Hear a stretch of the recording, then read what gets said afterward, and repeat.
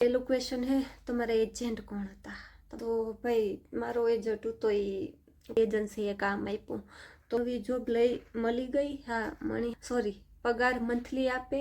हमें તમારા વોઇસમાં બોલો તમે એઆઈ નો ઉપયોગ કરો માં તો આઈ ફેમિલી સાથે વાત નથી કરવા દેતી। પછી બેઝિક ઇંગ્લિશ આવડતું હોય તો ચાલે। કેરગીવરની ટ્રેનિંગમાં યા બેન કેરગીવરની જોબ માટે હિબ્રુ કેટલું આવડવું જોઈએ। ને ઊભું ઇંગ્લિશ આવડે તો ચાલે।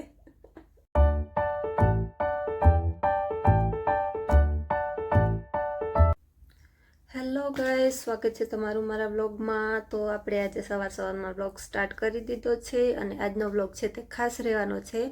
તો આજનો વ્લોગ છે ક્વેશ્ચન આન્સરનો વ્લોગ રહેવાનો છે, Q&A નો વ્લોગ રહેવાનો છે। તો કન્ટિન્યુ રહેજો વ્લોગમાં ને પ્લીઝ મારા ચેનલને સબસ્ક્રાઈબ ન કર્યું હોય તો સબસ્ક્રાઈબ પણ કરી દેજો। ને આજે છે સબાત એટલે કે શનિવાર। તો શનિવારના દિવસે કંઈ કામ ન હોય તો બસ જો હું બેઠી હા ને મેં કીધું કે આપણે હેના એક વ્લોગ બનાવી નાખીએ। કેટલા ટાઈમ થયાનો બધા એટલા મેસેજો કરે ઇન્સ્ટાગ્રામમાં યુટ્યુબમાં કમેન્ટો કરે તો મેં કીધું કે આજે હું ફ્રી હે ને તો ચાલો આપણે વ્લોગ બનાવી નાખીએ। તો આ મારી નાનકડી ડાયરી અને આમાં મેં બધા ક્વેશ્ચન લખી લીધા। બધા તો નહીં પણ 2 પેજ ભર્યા છે। 16 ક્વેશ્ચન લખ્યા કારણ કે ક્વેશ્ચન પછી હેના બહુ ઝાઝા આવતા ને વિડીયો બહુ લોંગ થઈ જાય। તો મેન મુદ્દા જે બધા એના વધારે પૂરતા સેમ હે એનો હું જવાબ જ તમને આપી દા। તો બધાથી પહેલું ક્વેશ્ચન હે તમારા એજન્ટ કોણ હતા। તમારા એજન્ટ કોણ હતા।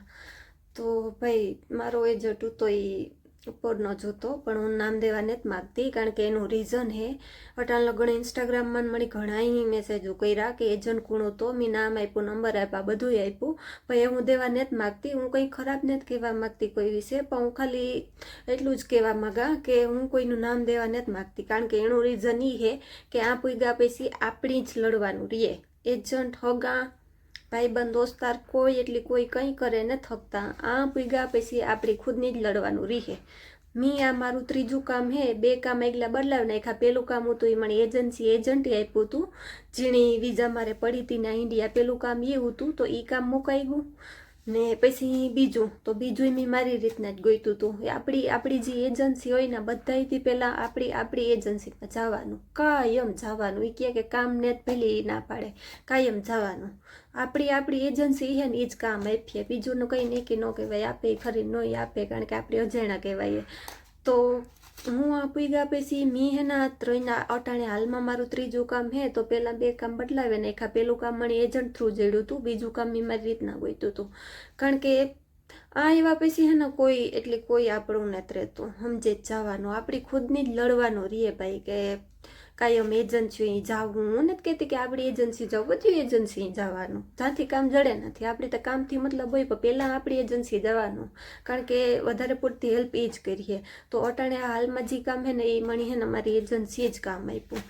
તો જો આમાં એ પણ ક્વેશ્ચન હતું કે તમને કઈ એજન્સીએ કામ આપ્યું તો મણી હે ને મારી જે આસ્કેદીની એજન્સી હે ને એણીએ કામ આપ્યું ને એજન્ટનું તો જો એવું છે આમાં આ પૂગ્યા પછી કોઈ કંઈ નથી કરતું। એની જિમ્મેદારી આપણે આ પુગાડવાની હોય, પૂરી થઈ ગયા પછી આપણે આ હાની રાખવાની, આપણી રીતના લડવાનું। તો એ ક્વેશ્ચનનો સોલ્વ થઈ ગયા 2 ક્વેશ્ચન। પછી તમે નવી જોબ મળી ગઈ। હા મણી હે ને નવી જોબ મળે ગઈ। એને કેટલા દિવસ થાય, 21 તારીખે મહિનો દી થાય મળી એને। પછી આપ કચ્છ से है क्या। नहीं मैं कच्छ से नहीं हूँ, मैं गुजरात से ही हूँ पर कच्छ से नहीं हूँ, मैं पोरबंदर से हूँ। પછી सॉरी पगार मंथली आपे। हाँ पगार છે મંથલી જ આપે।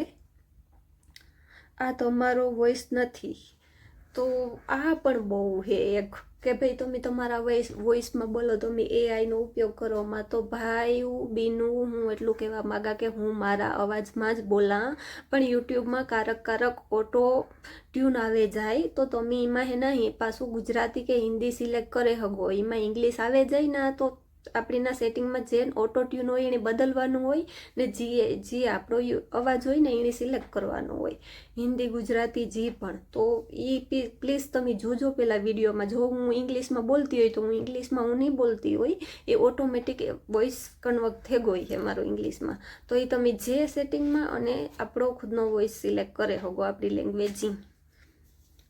પછી તમારી ભાષા બદલાઈ જાય છે તો તે પણ એ જ છે કે હું ભાષા નથી બદલતી, યુટ્યુબવાળા બદલી નાખે છે તો એ આપણે હમું કરવાનું હોય।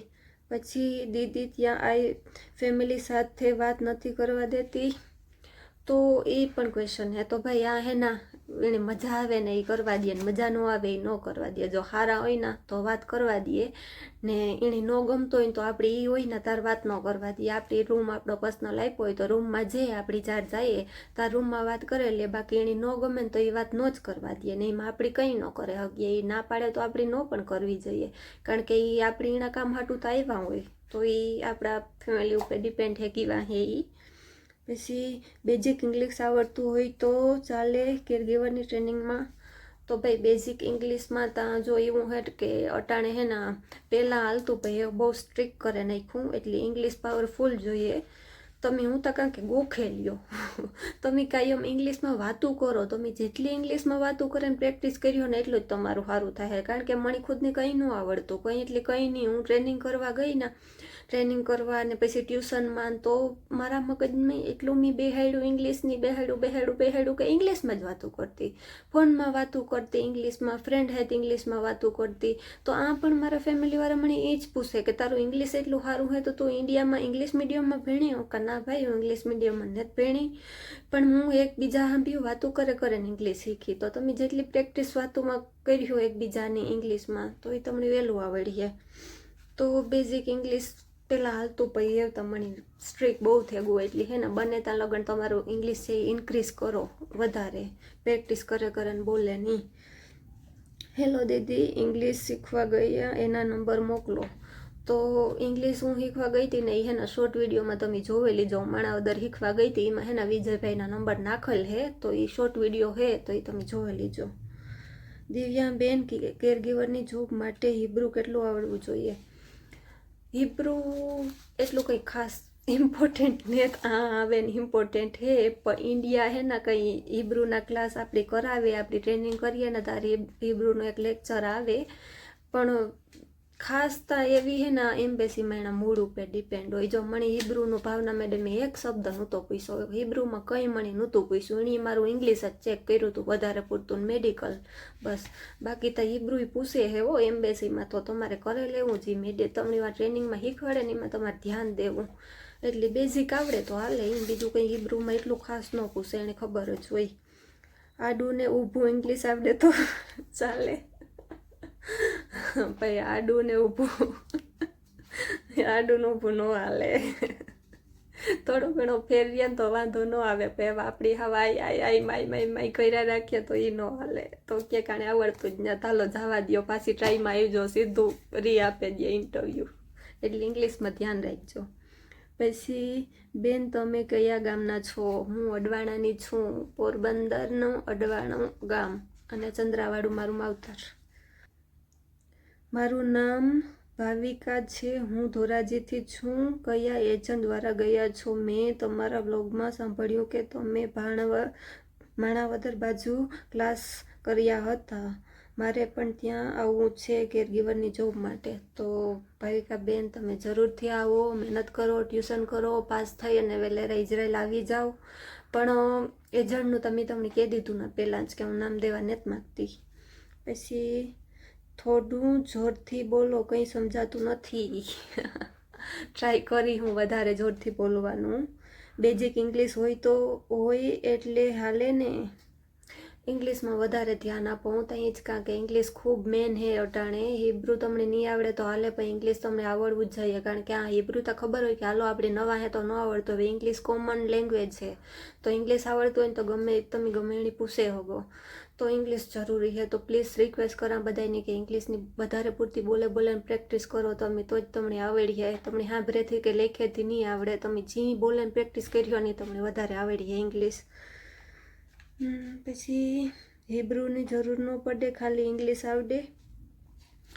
હિબ્રુની ભાઈ બેઝિક હિબ્રુ આવડવું જોઈએ. થોડા ઘણા મંથ ને આંકડા ને અમુક શાકભાજીના નામ ને એવું બધું હિબ્રુ અમને ટ્રેનિંગમાં કરાવ્યું હતું, તો એ વાહેના ટ્રેનિંગમાં પૂછતા તો એ કરે લેવાય. પછી બેન, ગુજરાતી બોલો. હું ગુજરાતી જ બોલા, પ્યોર એટલે પ્યોર ગુજરાતી જ બોલા, બીજી એક કઈ લેંગ્વેજ નથી બોલતી હું વિડીયોમાં. ઓટો ટ્યુન પ્લીઝ તમે ચેક કરો, તમે જોતા હોય ને મારો વિડીયો તાર. આપણે જ આપણું બિલ ભરીએ આ સુપરનું ક્વેશ્ચન છે કે હું સુપર મોલમાં ગઈ હતી તો આપણી જ આપણું બિલ હોય એ ભરવાનું હોય, ના કોઈ કેશિયર કે કાઉન્ટરી કે કોઈ હોય નહીં. તો ભાઈ ના હોય એ ખરી, અને એવા મશીન હોય જે આપણી સ્કેન કરે ને ખુદ ભરવું હોય તો એ શૂટને બેઠા હોય એની કહીએ તો એ પણ કરી દઈએ. 1 મહિનામાં થઈ ગયું ઇંગ્લિશ કમ્પ્લીટ.